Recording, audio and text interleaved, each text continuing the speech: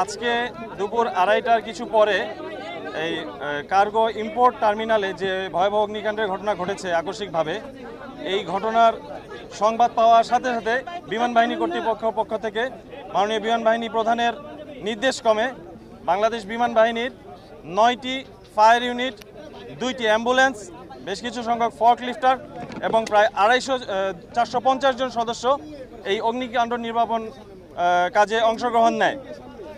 প্রায় 4 ঘন্টা থেকে 5 ঘন্টা চেষ্টা করার পরে অন্যান্য সংস্থার সাথে অগ্নি নির্বাপন এবং আগুন নিয়ন্ত্রণে আনার জন্য বাংলাদেশ বিমান বাহিনী সর্বাত্মক চেষ্টা করেন এবং আগুন নিয়ন্ত্রণে আসেন। আগুন নিয়ন্ত্রণ করতে গিয়ে বাংলাদেশ বিমান বাহিনীর একজন ফায়ার ফাইটার আহত হয়ে কুর্মিটোলা জেনারেল হাসপাতালে চিকিৎসাধীন অবস্থায় আছেন। একই সাথে এই মুহূর্তে বাংলাদেশ বিমান বাহিনীর প্রায় 500 সদস্য এবং প্রয়োজনীয় সংখ্যক ফায়ার ইকুইপমেন্ট সহ ফায়ার ভেহিকেল এবং ক্র্যাশ টেন্ডার, ডোমেস্টিক টেন্ডার, এগুলো সবই বিমান বাহিনীর পক্ষ থেকে প্রস্তুত রাখা আছে শুধুমাত্র কোনো অনাকাঙ্ক্ষিত অপ্রত্যাশিত ঘটনা মোকাবেলা করার জন্য। ধন্যবাদ।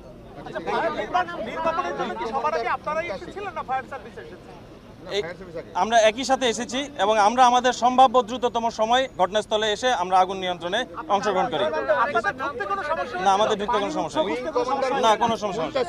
Wing commander Muntasir Rahman. ধন্যবাদ ধন্যবাদ দর্শক।